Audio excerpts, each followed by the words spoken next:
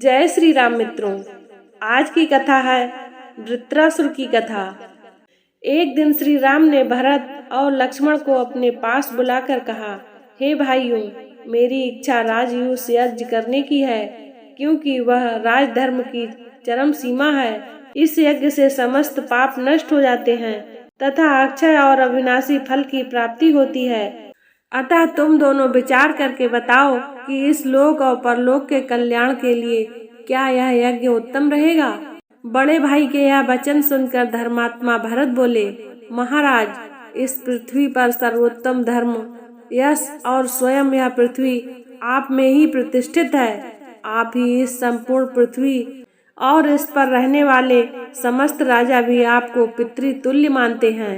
अतः आप ऐसा यज्ञ किस प्रकार कर सकते हैं जिससे इस पृथ्वी के सब राजवंशों और वीरों को हमारे द्वारा संहार करने की आशंका हो।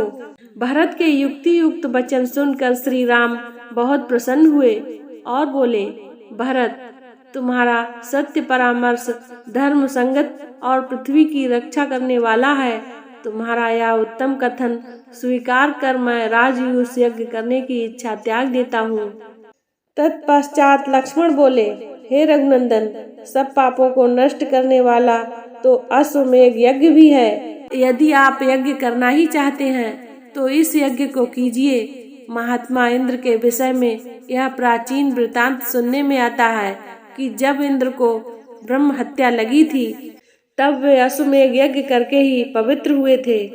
श्री राम द्वारा पूरी कथा पूछने पर लक्ष्मण बोले, प्राचीन काल में वृत्रासुर नाम असुर पृथ्वी पर पूर्ण धार्मिक निष्ठा से राज्य करता था।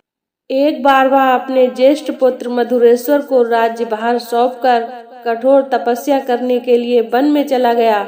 उसकी तपस्या से इंद्र का भी आसन हिल गया। वह भगवान विष्णु के पास जाकर बोला कि हे प्रभु, तपस्या के बल से वृत्रासुर ने अपनी अधिक शक्ति संचित कर ली है। मैं अब उस पर शासन नहीं कर सकता।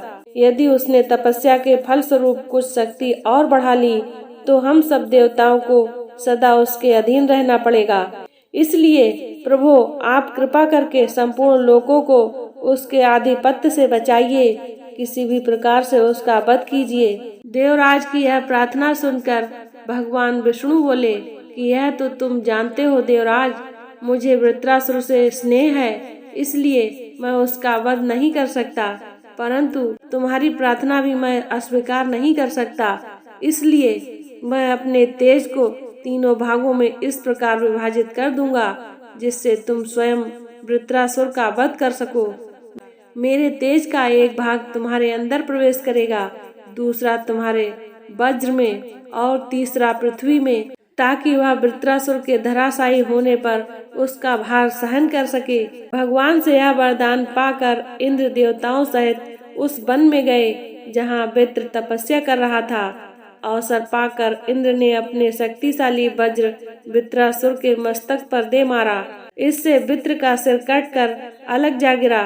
सिर कटते ही इंद्र सोचने लगे, मैंने एक निरपराध व्यक्ति की हत्या करके भारी पाप किया है। यह सोचकर वे किसी अंधकारमय स्थान में जाकर प्रायश्चित करने लगे। इंद्र के लोप हो जाने पर देवताओं ने विष्णु भगवान से प्रार्थना की कि हे दीन बंधु, वृत्रासुर मारा तो आपके तेज से गया है, परंतु ब्रह्म हत्या का पाप इंद्र को भुगतना पड़ रहा है। इसलिए आप उनके उद्धार का कोई उपाय बताइए। यह सुनकर विष्णु बोले कि यदि इंद्र अश्वमेध यज्ञ करके मुझ यज्ञ स्वरूप की आराधना करेंगे तो निष्पाप होकर देवेंद्र पद को प्राप्त कर लेंगे। इंद्र ने ऐसा ही किया और अश्वमेध के प्रताप से उन्होंने ब्रह्म हत्या से मुक्ति प्राप्त की। आज की कथा को यहीं पर विराम देते हैं। कथा को पूरा सुनने के लिए धन्यवाद। इससे आगे की कथा है राजा इल की कथा, देखना ना भूलें। इसी तरह की ज्ञानवर्धक कथा कहानियों को सुनने के लिए हमारे चैनल को लाइक, शेयर एंड सब्सक्राइब करें। जय श्री राम।